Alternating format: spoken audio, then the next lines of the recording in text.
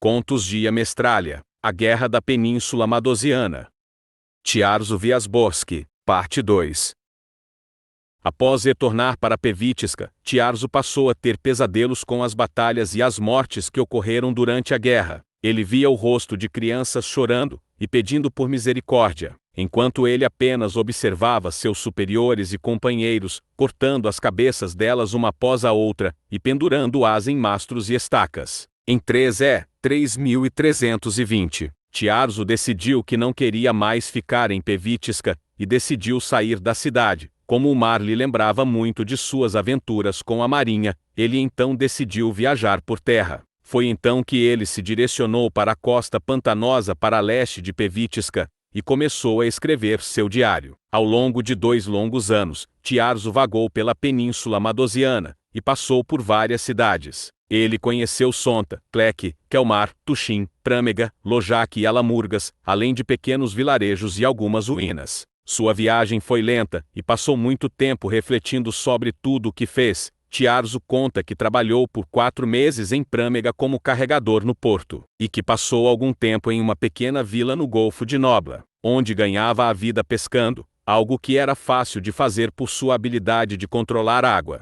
Tiarzo eventualmente foi em uma viagem para a savana madosiana, para ver pela primeira vez a lendária terra selvagem do qual constantemente ouvia falar. Ao vagar pela região leste próxima do litoral, Tiarzo foi emboscado por 8 membros da tribo Giura que estavam a cavalo e armados com lanças e arcos. Eles demandaram que o andarilho lhes entregasse seus pertences. Mas Tiarzo decidiu lutar e derrotou os 8 membros da tribo, mas não os matou, com isto provando que ele não queria problemas, mas que não se deixaria ser roubado. 6 dos membros da tribo Giura correram, mas 2 ficaram curvados no chão em sinal de rendição. Tiarzo, que conseguia se comunicar um pouco com eles, conversou com os membros da tribo, que acabaram por fazer amizade com ele. Tiarzo eventualmente descobriria que estes se chamavam Juano e Pavo. Após fazer amizade com Juano e Pavo, Tiarzo mandou que eles o levassem para conhecer o resto da tribo. Tiarzo não foi bem recebido, mas com o passar de alguns dias, acabou conquistando a simpatia do povo de Giur.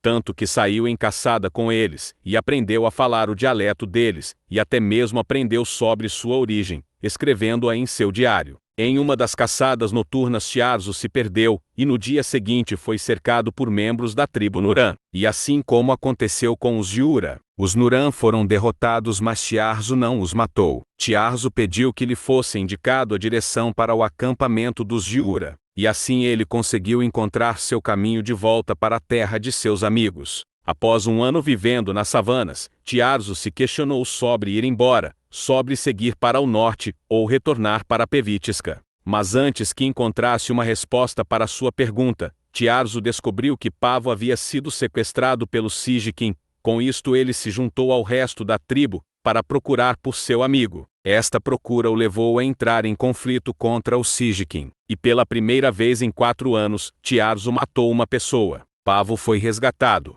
Porém, deste ponto em diante, os Sijikin e os Giura começaram a entrar em conflito. Um dia uma caravana estava passando pela região dos Giura, e os membros como de costume avançaram para saquear. Mas como Tiarzo não gostava daquela prática, ele decidiu fazer um acordo com a caravana. Eles deveriam ceder alguma mercadoria, e ele com alguns membros dos Giura, iria levá-los na direção de Tissin Shanti. O líder da caravana concordou. E no mesmo dia a tribo conseguiu uma grande quantidade de frutas, temperos e tecidos coloridos para enfeitarem suas casas. Tiarzo e mais 20 membros da tribo escoltaram a caravana. Ao 3º dia de viagem, a caravana sofre uma emboscada de vários membros da tribo Nuran. Um dos membros reconhece Tiarzo e o enfrenta. Após ser tirado de seu cavalo, este mesmo guerreiro Nuran manda que os demais membros ataquem, e um conflito se inicia. Ao fim os Nuran perdem e metade deles acabam mortos.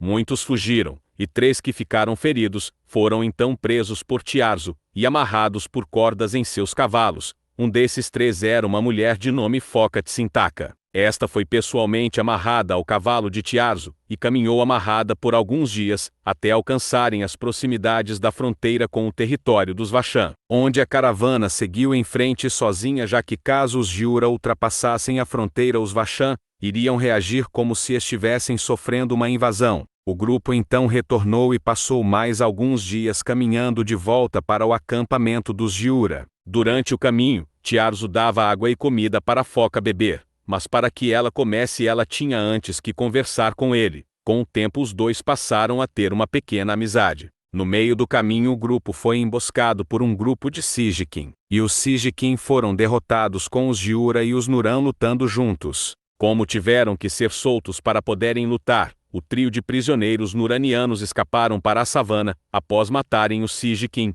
e roubarem seus cavalos. Um mês depois da viagem, os Sijikin invadem com mais de 6.000 guerreiros o acampamento dos Giura durante a noite, assim matando muitos membros da tribo. Os Giura tiveram que recuar para o sul, o que eventualmente os fez ir para as terras da tribo Nuran, temendo que os Nuran fossem pensar que os Giura estavam invadindo suas terras. Tiarzo vai à frente até o acampamento dos Nuran pedir para conversar com o líder da tribo. Nas proximidades do acampamento, ele, junto com Joano e Pavo foram cercados. Mas um dos guerreiros Nuran reconheceu Tiarzo da viagem até Tissinchante. Usando isto a seu favor, Tiarzo conseguiu convencer o guerreiro que poupou, que eventualmente ele descobriria que se chamava Olenzo Jucal, a levá-lo até o acampamento da tribo Nuran. Ao chegar, Tiarzo viu Foca e conversaram brevemente. Eventualmente ele foi levado à tenda do Rishan, o título de líder dos Nuran, e conheceu aquele que comandava a tribo. Esta era Tuca Tizintaka, irmã mais velha de Foca. Tiarzo contou sobre o acontecimento com os Sijikin, e pediu que os Nuran concedessem algumas terras para os Giura viverem por algum tempo, e Tuca Tizintaka discutiu com Tiarzo sobre os riscos de permitir isto, mas com a ajuda de Foca, e a grande insistência de Tiarzo, a Rishan concordou em conceder algumas terras. Inscreva-se e comente.